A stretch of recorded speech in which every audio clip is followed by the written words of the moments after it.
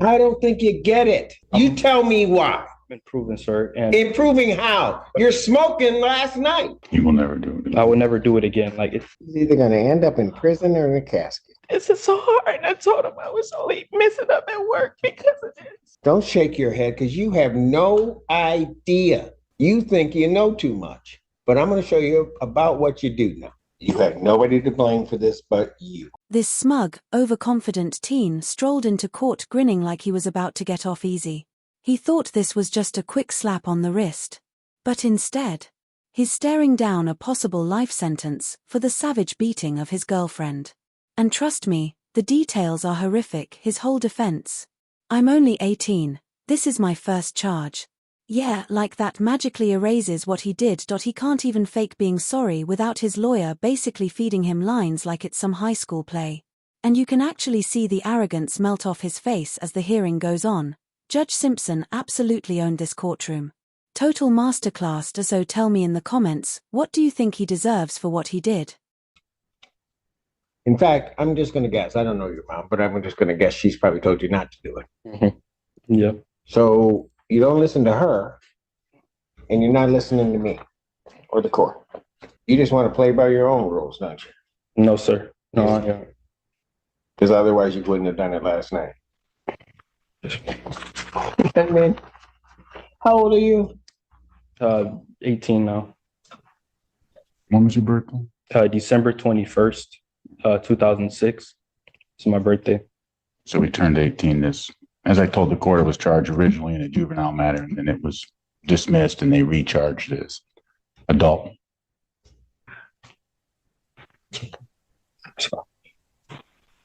You understand, young man, that you are facing a life offense. Yes, sir. Yes, Your Honor. You understand that? Yes, Your Honor. And it's taken a lot for me to realize what position I am in, and I don't think you get it.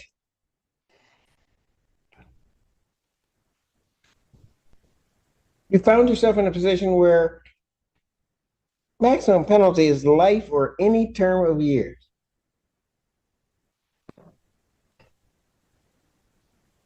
Have you graduated high school? No, sir. No, you haven't even graduated high school and you're facing a life offense. And then somebody just gives you some simple rules to follow, some simple things not to do. And you can't do that. You can't follow your mother's rules. You can't follow the court's rules. You can't follow any rules. So you tell me why, if you're just going to throw away your life, why I shouldn't just lock you up right now? No. You tell me why. Improving, sir. And improving how? You're smoking last night. Tell me how that's an improvement. I do it. I'm gonna tell you, I usually need to study or focus study, and it helps me focus while studying. I listen to music, and I honestly no harm for it. And you will never do it. I would never do it again. I can do it whenever I'm not addicted to it or anything. I just like it because it helped me study. I got good. My grades are improved now. Back since I've been out. I've been having. Did you tell your mother you needed something to help you study? I said I prefer. I actually. Did you tell your mother that? No. No, sir. Because you're just so grown, you took it on your own. Sorry. I was trying to do things on my own, and clearly I messed up, and this just shows that I need my mother to supervise me and to. You're not listening to her. I don't, and I'll be honest with you, I went through the bond form, Mr. McGoes. I don't understand how he has a PR bond. I don't. So the family would not be able to make a high cash bond or a significant money bond. He came to the court with no prior history of any misconduct. He is high school senior, on track to graduate. I explained to the magistrate how the family has all come together to take care of this, help assist this young man through this time. He's on a tether on house arrest. All he is able to do is go to school and church. And I believe those are the two places that he's gone to. Yeah, those are two places that I've only been. He is not a risk of committing any offenses. He's not a risk of Yes, he is. any. Because he did it already. It's possible, and not to excuse anything here, Judge, but it's possible that I didn't explain the conditions sufficiently to this young man. How's that feel with your sword in your chest? I don't think I understand the court. I don't mind attorneys falling on the sword for their client, Thank but you. this young man is not listening. This lawyer is doing everything he can to paint the kid as some innocent, first-time offender. But let's be honest, no one in that courtroom is buying it. This isn't some minor mistake you fix with community service. This guy's accused of beating his girlfriend so badly, she needed serious medical care. And it gets worse. After being charged, he still thought it was smart to smoke weed the day before court. That alone shows he's not taking any of this seriously, and definitely not ready for freedom. He walked in smirking, probably thinking the judge would go easy on him. But that smile, it's fading fast. You can see him trying to play dumb, leaning hard on his lawyer to coach him through every line, like people are just going to forget what he actually did. So what do you think? Does he deserve life behind bars? Drop your sentence in the comments. Let's talk. Not. He is just going to decide to do things his way. And I think his problem is he's running to the wrong judge to try to do stuff his own way.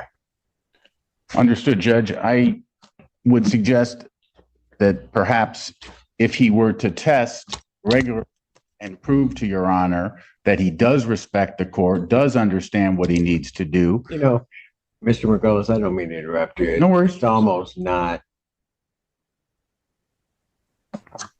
so much about respecting the court, although I do require that.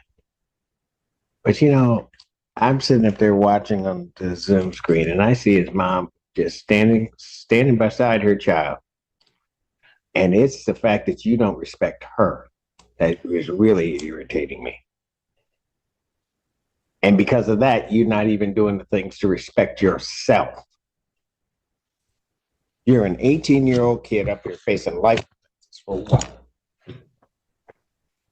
And again, I don't know your mom, but you got these charges come up, you got your mom scared to death.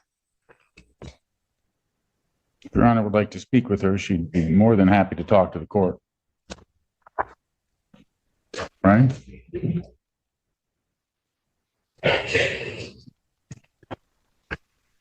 I'll tell you what, I'll hear from Mom on my exam.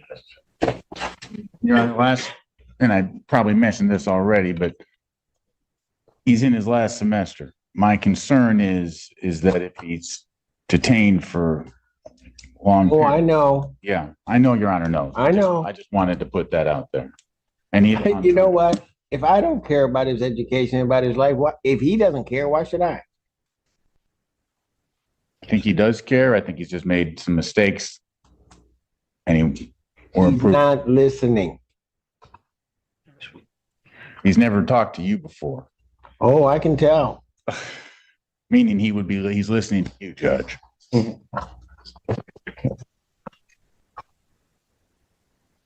Mom, is there anything you want to say? I know this is not. Excuse me one moment. Oh, yes. Please. Oh. Let me see where he wants her to speak. Right there, of course. Put him over there with you, Alan, and then Mom can come up so I can hear her. State your name. Nicole Barrow. All right. What do you want? What do you want to tell me? I know most moms will say that they have like a good kid and they give you this long spiel and then they do something bad and they're like, oh no, you should believe it. But when I tell you, like, I'm in shock, utter shock. He was really a good kid and still is. I did not know. I knew he had a vape, but it wasn't marijuana. And I did tell him it was bad for his lungs. Prior to that, he was my only child that I knew for sure was going somewhere. He's never smoked, never been in any trouble. Him and his brother had started a business where they were selling hoodies in school. He would even be the one, helping me around the house. He's got a brother 16 months apart from him. I moved up to Ann Arbor 8 years ago so that he could go to a baccalaureate school because my two oldest children went to Cass Tech. His older brother went to Eastern and somebody laced his weed and sent him on a trip. By the grace of God, he came back. He's got a degree now. He's going to U of M this fall for software engineering. He even got a STEM scholarship. So that was the example that I was showing my younger children. Don't smoke weed. Don't hang out with these kids. Started hanging with some new kids that were older than him in college. And then I think turning 18, he thought he could, just thought he was grown. And grown. Yeah. And not knowing. I just asked that the court show mercy. And I know this isn't something light or to be taken lightly, the charges that he's facing. We don't consider it lightly. We come from a good background. Our family, civil rights activists. I don't know if you ever heard of Willie Barrow, my aunt. Yes. Joe Lewis, my great uncle. I'm doing well at Blue Cross. I'm making a name for myself with the CEO. I'm back in school. Ma'am, so he comes from a good family. I'm sorry. I do not doubt that at all. Yeah. So this is hard. I do not doubt that you as a mom have tried to do everything within your power to give him the tools and everything else so he could. This part really got to me. You've got a mom in court, completely worn down, probably hasn't slept in weeks, watching her son spiral out of control. And instead of lifting her up, he's dragging her down with him. She's standing there crying, begging the judge for mercy. And the heartbreaking part? Here's the reason she's even in that courtroom. She carried him for 9 months, raised him, and now she's forced to stand by him while he faces life in prison for something he did. That's not just stress, it's pure heartbreak. Look, I'm not saying he deserves life, but something has to wake this kid up. A year or 2 behind bars might finally shake off that entitlement. What do you think? Do you blame the mom for how he turned out? And if you do you still feel bad for her? Let's talk about it. Like I said, I don't know you, but when I saw you on the screen, it wouldn't be easy for you, but if you just walked away from your kid that might have done wrong, I don't know that anybody would blame you necessarily. You didn't do that. You were standing cheek to cheek with him. Yeah. So understand any decision that I make, it's no reflection on you. Sure. I understand. But what I also understand is I've been doing this long enough to realize if he keeps getting away with this stuff, he's either going to end up in prison or in a casket. Don't shake your head because you have no idea.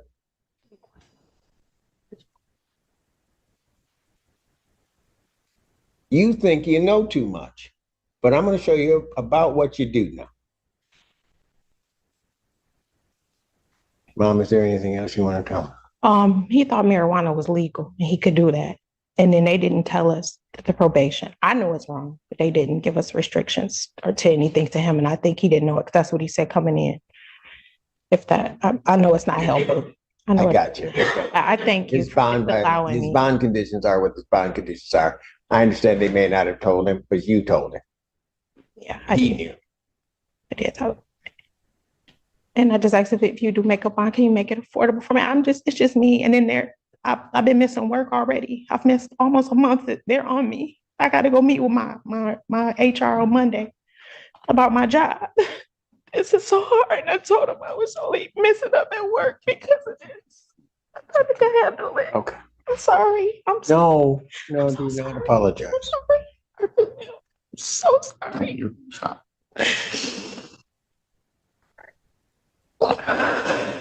What time's your appointment on Monday? In the morning when I go to work at 8 a.m. I work in Medicare Advantage out of the Blue Cross.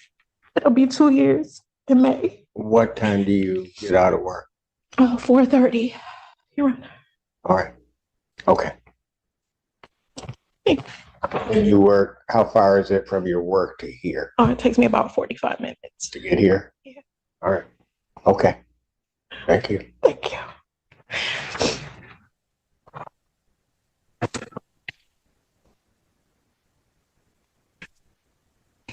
Your Honor, the people's original request was for $25,000. That was before people were aware of the new violation with the marijuana. This time, people will be requesting refunded for the violation. I know the court indicated that I've gone through the bond request form. I know my colleague did a fantastic job outlining all the facts.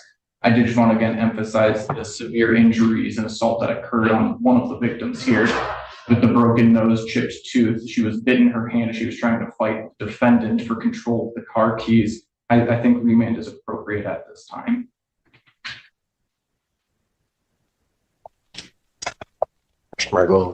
I have nothing additional to add, Judge. This isn't the time to talk about the facts. We do have compelling defense to this case, but I'm not going to get into them now. This is a first offense, first charge of the lifetime for this young man. The family does not have money to pay a high bond. I would, if Your Honor was going to change the bond, I would suggest something in the range of 10 to 25,000, 10% if possible. But if I make it higher than that, then family doesn't have it, and then he doesn't graduate. Correct. Man, this whole thing feels like one big guilt trip aimed straight at the judge. I'll give the defense attorney some credit, he's putting on a full Oscar-worthy performance. And the mom? She's in tears, doing everything she can to pull on the court's heartstrings, but none of that changes what actually happened to the victim. This girl wasn't just hurt, she was shattered, physically and emotionally, and now this kid wants mercy. After getting caught smoking weed the day before court? Come on. That right there tells you he still doesn't get it. I don't care how many people cry for him, he needs to feel the consequences of what he did. What do you think? Did the courtroom drama actually sway anyone's opinion? Because me. I'm not buying it. Want a version that's more sarcastic, sad, or intense for narration? Just let me know. I just want to say that I do learn from my mistakes. I'm getting closer to God. I know I do look at my mistakes, and I know it impacts my family, and I know it impacts my mother, and it really breaks my heart. I've been improving. I've been improving in school, my business. I'm helping opening up a business today, actually, for pregnant women, for a pregnancy pillow. I'm trying to do the right thing, and I won't smoke again. That's no problem for me to not smoke again. I won't, other than that, I've been following my probation rules. I've been texting my probation officer. I have not committed any other violations. I've been going to school on time, and I really apologize to the court. I'm sorry. I apologize to you. And that's it.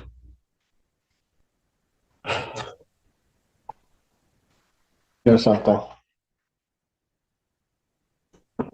So I'm sitting there listening to your mother. And man, understand something. You will never, ever possess the right to break her heart. You just don't have that right.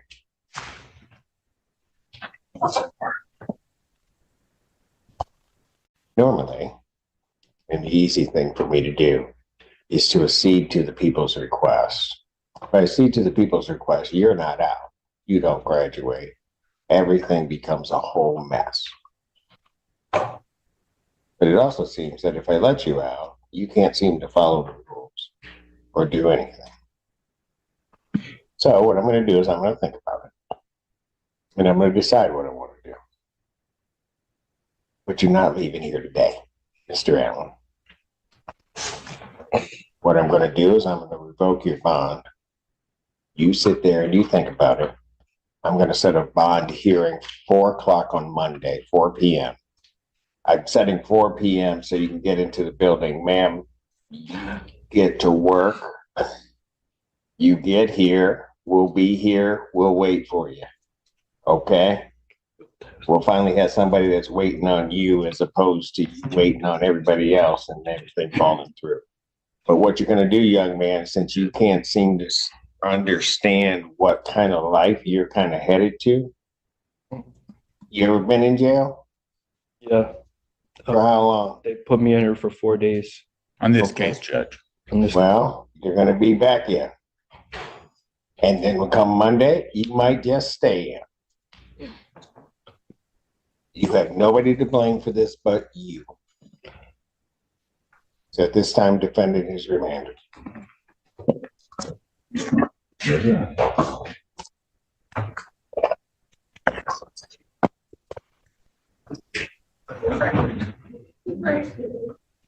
Man, this one was hard to watch. That kid walked into court like it was just another day, no remorse, no awareness.